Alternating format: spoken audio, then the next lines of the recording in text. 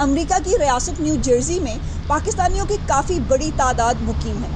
Election commission of Pakistan نے عمران خان کو نااہل قرار دیا تو ہم نے یہاں موجود پاکستانیوں سے ان کا رد عمل دریافت کیا۔ اس میں فیصلے پہ سب سے بڑا ابہام تو یہ ہے کہ یہ کوئی کورٹ نہیں ہے اور الیکشن کمیشن آف پاکستان جو ہے وہ اس پہ فیصلہ نہیں دے سکتا۔ اگر کورٹ ہوتی، کوئی ٹرائل ہوتا تو پھر سمجھ میں آتی ہے بات کہ وہ فیصلہ کیا جا سکتا ہے، لیکن اب سب سے بڑی بات یہ ہے کہ پوری قوم پریشان ہے۔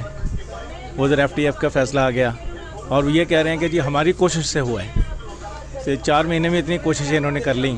یہ جو کیا گیا یہ سراسر زیادتی ہے، اسی لیے بیکاز ان کو پتہ چل گیا ہے کہ جی اب یہ پارٹی جو ہے نا، یہ جو ہے یہ اٹس گوئنگ ٹو بہت بڑا ڈفرینس کریں گے اور یہ جیت جائیں گے اور یہ کلیئر میجورٹی لے کے جیت جائیں گے۔ اینڈ میں تو بہت زیادہ اس کی مخالف ہوں، اور اگر میں بھی اس وقت پاکستان میں ہوتی تو میں بھی ویسے ہی احتجاج کرتی جس طرح کہ ہمارے پاکستانی بھائی وہاں پہ کر رہے ہیں۔ Pakistan has a history of corrupt politicians and they are the one in control, and جب بھی آتے ہیں like they try to make sure that people that are right they always go in the back burner۔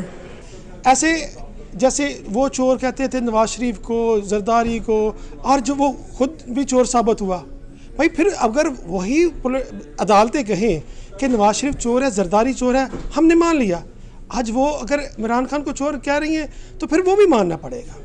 ہمارے لیے قرآن اور حدیث ہے، تو ہم مسلمان ہونے کے ناطے سے جو آج فیصلہ آیا ہے وہ صحیح ہے یا غلط ہے یہ اللہ ہی صحیح جانتا ہے، یا کس کے لیے صحیح تھا یا غلط ہے یہ اللہ ہی جانتا ہے۔ مگر ہم یہ کہتے ہیں صادق امین ہمارے پاکستان میں میری زندگی میں کوئی ایسا پولیٹیشین نہیں آیا۔ میں صرف عمران خان صاحب کے بارے میں اتنا جانتا ہوں کہ ہی از اے آنیسٹ پرسن، اور وہ سادہ ہے، اور وہ جو بات کرتا ہے وہ اپنے دل سے کرتا ہے، تو جو بھی وہ باہر بھی ایون اوپینین اپنی دیتا ہے تو اس میں وہ کوئی پولیٹیشین والی اس میں نہیں ہوتی۔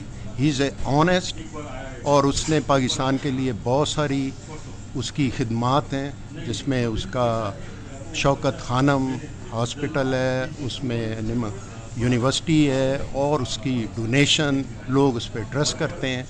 تو میرا خیال ہے کہ یہ فیصلہ اس کے لیے اس کو صرف ڈسکریس کرنے کے لیے کیا گیا۔